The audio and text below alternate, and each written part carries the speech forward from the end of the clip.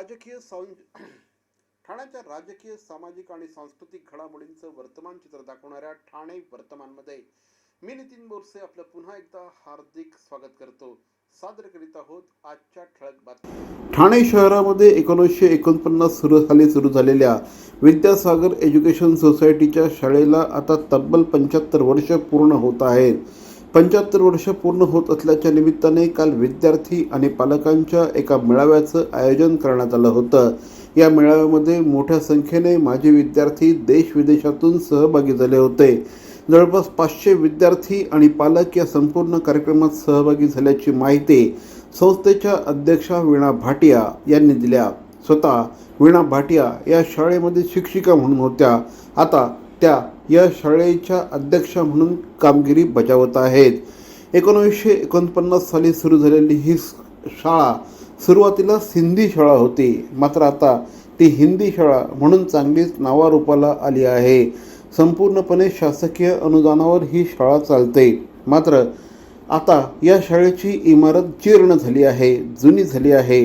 त्यामुळे ही इमारत लवकरात लवकर चांगल्या पद्धतीने बांधावी आणि त्यासाठी शासनाने सहकार्य करावं असं आवाहन यावेळेस वीणा भाटिया यांनी मुख्यमंत्री श्री एकनाथ शिंदे यांना केलं आहे.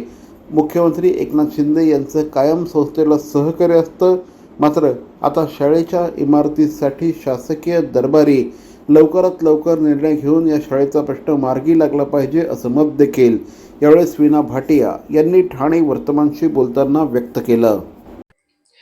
मैं वीणा भाटिया विद्यासागर एजुकेशन सोसाइटी हाई स्कूल से रिटायर्ड प्रिंसिपल, आज मैं उस स्कूल की अध्यक्ष हूँ. कल हमने इस स्कूल के 75 इयर्स सेलिब्रेट करने के लिए स्कूल के कंपाउंड में हमने फंक्शन रखा था, जिसमें काफ़ी हमारे माजी विद्यार्थी को बुलाया था, उनके पालकों को बुलाया था. इस स्कूल की स्थापना सन 1949 में हुई थी. जब पार्टीशन के बाद सिंधी समाज थाना में रहने के लिए आया तो उस स्थापना हुई थी. उसी समय एरिया थी को अकबर कैंप या कोलशेर एरिया में बोलते थे, वहाँ स्थापना हुई थी. पर 54 में ये स्कूल जो है कोपरी कॉलोनी जब बनी तो कोपरी कॉलोनी में शिफ्ट होके गया. फिर 1977 के बाद ये स्कूल तो सेट एसएच हाई स्कूल के नाम रहा, पर तो 77 के बाद इस स्कूल का नाम जो है विद्यासागर एजुकेशन सोसाइटी हाई स्कूल बना, क्योंकि इसकी मैनेजमेंट जो है पूरी टीचर्स के हाथ में हो गई. आज तक हमारा स्कूल चल रहा है. 92 में फिर सिंधी मीडियम से ये हिंदी मीडियम स्कूल बनी, आज भी चलता है. काफ़ी साल है, 75 इयर्स हो गए. स्कूल की बिल्डिंग भी जो है पुरानी हो चुकी है. इस एरिया के हमारे आमदा जो अभी के मुख्यमंत्री एकनाथ शिंदे साहब है, हमने उनको कहा है कि साहब ये गवर्नमेंट की बिल्डिंग है, इस बिल्डिंग को अच्छी तरह से तोड़ के नहीं बनानी चाहिए, ताकि यहाँ डिग्री कॉलेज वगैरह चालू करे. और हमारे ईस्ट के कोपरी कॉलोनी के लोगों की भी यही अपेक्षा आपसे है. और साहब ने पूरा भरोसा दिलाया है कि मैं ज़रूर देखूंगा कि ये कैसे स्कूल की बिल्डिंग अच्छी बन सकती है, यहाँ डिग्री कॉलेज वगैरह और भी फैकल्टी हो सकती है. तो ये स्कूल का मुझे बड़ी खुशी गर्व होता है कि ऐसे जूने स्कूल से मैं जुड़ी हुई हूँ. उस स्कूल की मैं आज भी अध्यक्ष के रूप में काम कर रही हूँ. ये हमारा अनुदान एडेड स्कूल है, गवर्नमेंट की इनको मान्यता होती है, तो बड़ा गर्व की बात है मेरे लिए.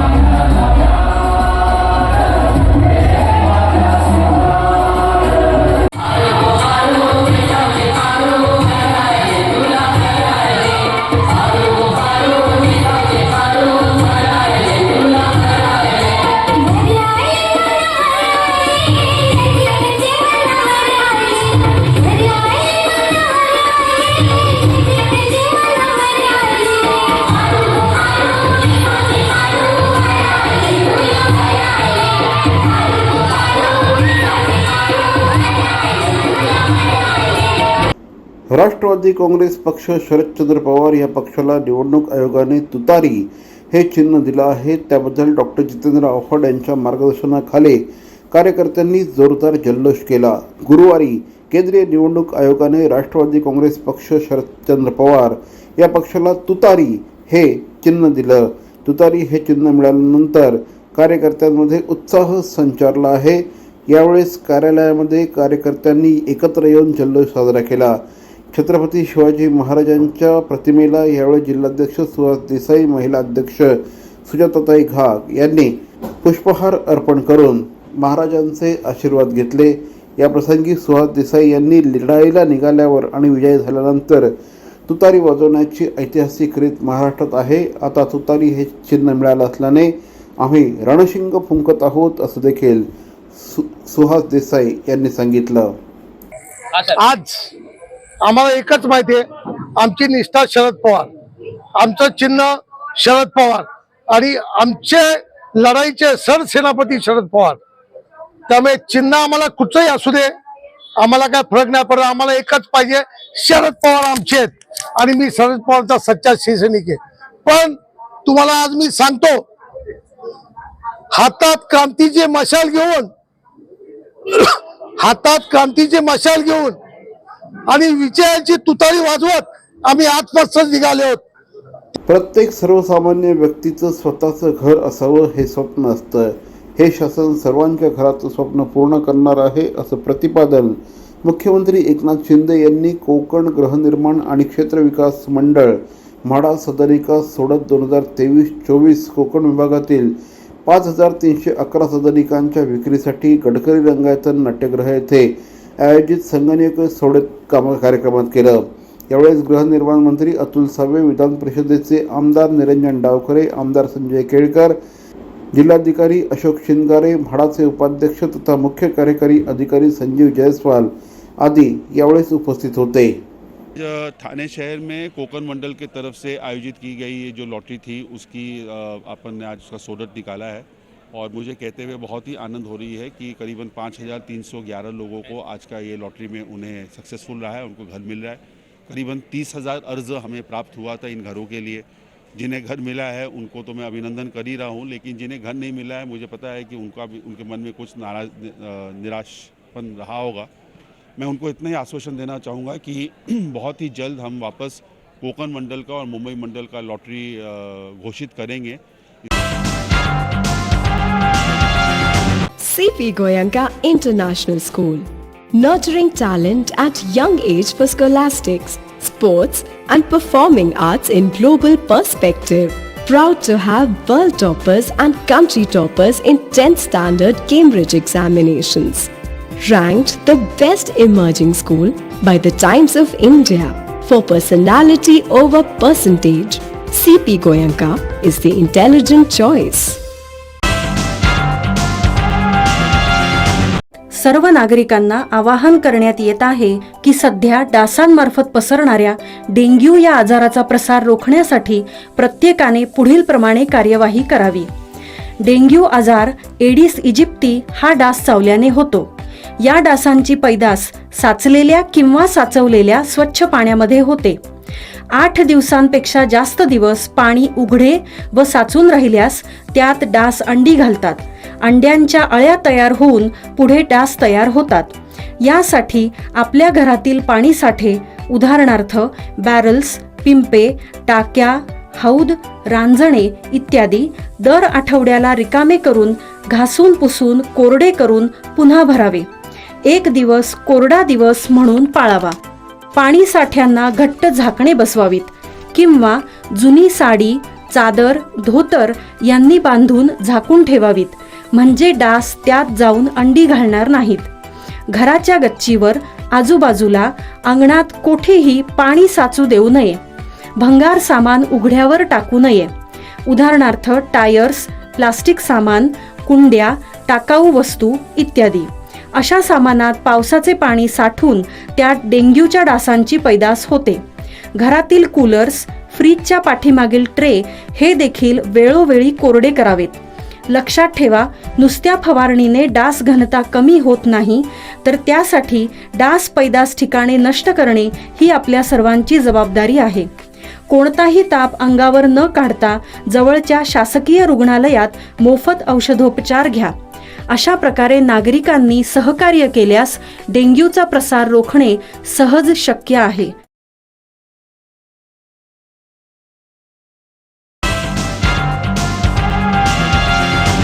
शिवसेनेच्या युवा शाखेचं अधिवेशन काल ठाणे शहरामध्ये आयोजित करण्यात आलं होतं. मुख्यमंत्री श्री एकनाथ शिंदे यांच्या उपस्थितीमध्ये युवा सेनेचं हे अधिवेशन आयोजित करण्यात आलं. यावेळेस खासदार डॉक्टर श्रीकांत शिंदे, युवा सेनेचे कार्याध्यक्ष श्री पूर्वेश सरनाईक, उद्योगमंत्री श्री उदय सामंत, आमदार प्रताप सरनाईक यांच्यासह अनेक मान्यवर यावेळेस उपस्थित होते. यावेळेस ख्यातनाम गायक श्री अवधूत गुप्ते यांनी खासदार श्रीकांत शिंदे यांची प्रगट मुलाखत घेतली. या मुलाखतीमध्ये अगदी मुख्यमंत्र्यांनी ज्यावेळेस सत्तांतर होत असताना महाराष्ट्रातनं ते आसाम त्याचप्रमाणे गुजरात या ठिकाणी गेले त्यावेळेस नेमकी परिस्थिती काय होती या संदर्भातले प्रश्न विचारले. त्याचप्रमाणे दावोस येथून प्रचंड मोठ्या प्रमाणामध्ये जवळपास 3.5 लाख कोटी रुपयांची इन्व्हेस्टमेंट आणण्यामध्ये राज्य शासनाला यश आलं आहे. याकडे देखील खासदार श्रीकांत शिंदे यांनी लक्ष वेधलं. मुख्यमंत्री श्री एकनाथ शिंदे यांचा प्रत्येक मिनिट महत्त्वाचा असतो, त्यामुळे ते हेलिकॉप्टरचा वापर करतात. मात्र पूर्वीचे मुख्यमंत्री हे स्वतः पंढरपूरला गाडी चालवून जायचे, कारण त्यांच्या वेळेला काही किंमतच नव्हती असा टोला देखील खासदार डॉक्टर श्रीकांत शिंदे यांनी यावेळेस लगावला. पाहूया या मुलाखतीचा काही भाग. अजून काय सांगा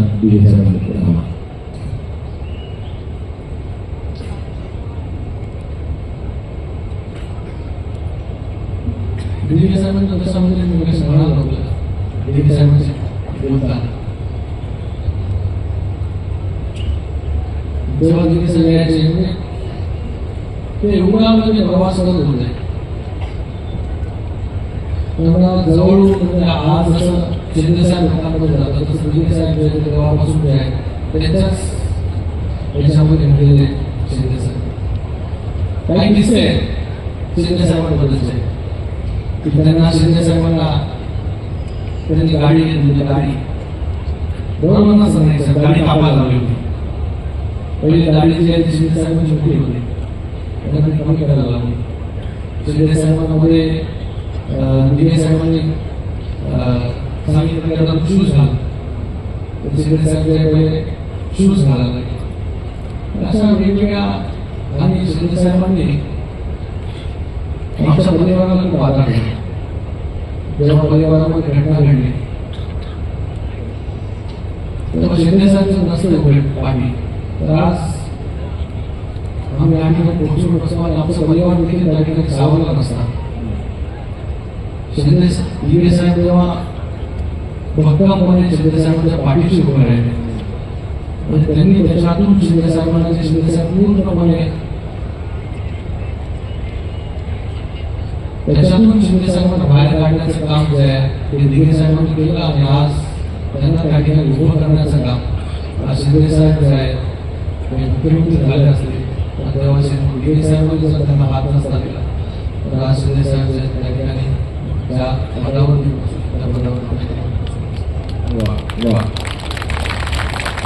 तपस्विनी मणिबेन पटेल या मराठी चरित्र पुस्तकाचं प्रकाशन मत्स्यपालन, पशुपालन आणि डेअरी खात्याचे मंत्री पुरुषोत्तम रुपाला यांच्या हस्ते गुरुवार दिनांक 22 फेब्रुवारी रोजी ठाण्यात संपन्न झालं.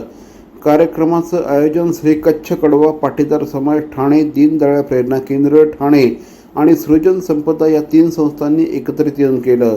यावेळेस व्यासपीठावर केंद्रीय मंत्री पुरुषोत्तम रुपाला यांच्यासह कार्यक्रमाचे अध्यक्ष माजी खासदार डॉक्टर विनय सहस्त्रबुद्धे, अतिथी डॉक्टर मनीषा कोठेकर, तपस्विनी मणिबेन पटेल पुस्तकाचे लेखक अरुण करबरकर, श्री कच्छ कड़वा पाटीदार समाजाचे अध्यक्ष विजय पटेल, दीनदयाळ प्रेरणा केंद्राचे ठाण्याचे अध्यक्ष भावा दाते, कार्यवाह मकरंद मुळे आदी उपस्थित होते. केंद्रीय मंत्री पुरुषोत्तम रुपाला यांनी पोलादी पुरुष देशाचे पहिले गृहमंत्री सरदार वल्लभभाई पटेल यांची कन्या मणिबेन पटेल यांच्या कार्यकर्तृत्वाची माहिती दिली. मणिबेन पटेल यांचं सामाजिक कार्य सांगितलं. राष्ट्रीय राजकारणात मणीबेन पटेल यांनी दिलेल्या महत्त्वपूर्ण योगदानाबद्दल देखील त्यांनी माहिती दिली. तर मंडळी, या होत्या आजच्या ठळक बातम्या. आपल्या काही सूचना अथवा समस्या असल्यास आमचा पत्ता Dadoji Konde stadium, shop number 16, Khatal road, Thane पश्चिम, दूरध्वनी क्रमांक 9820939420. तर मग पुन्हा भेटू उद्या याच वेळी याच ठिकाणी ठाणे वर्तमानमध्ये. तोपर्यंत धन्यवाद. जय हिंद, जय महाराष्ट्र.